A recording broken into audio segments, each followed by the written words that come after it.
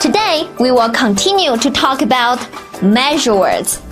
We learned that a measure word is required whenever a noun is quantified by a number. The structure is numeral plus measure word plus noun.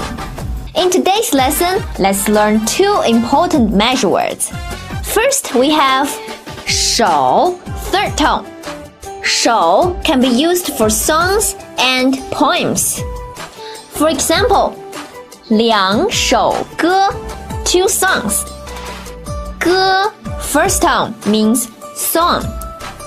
两首歌两首歌两首歌 Madeline, 你会唱英文歌吗 Can you sing any English song?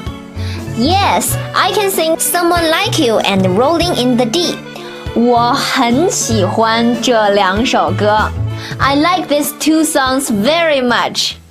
Ellie, 我想学一首中文歌，你可以教我吗 Ellie, I want to learn a Chinese song. Can you teach me?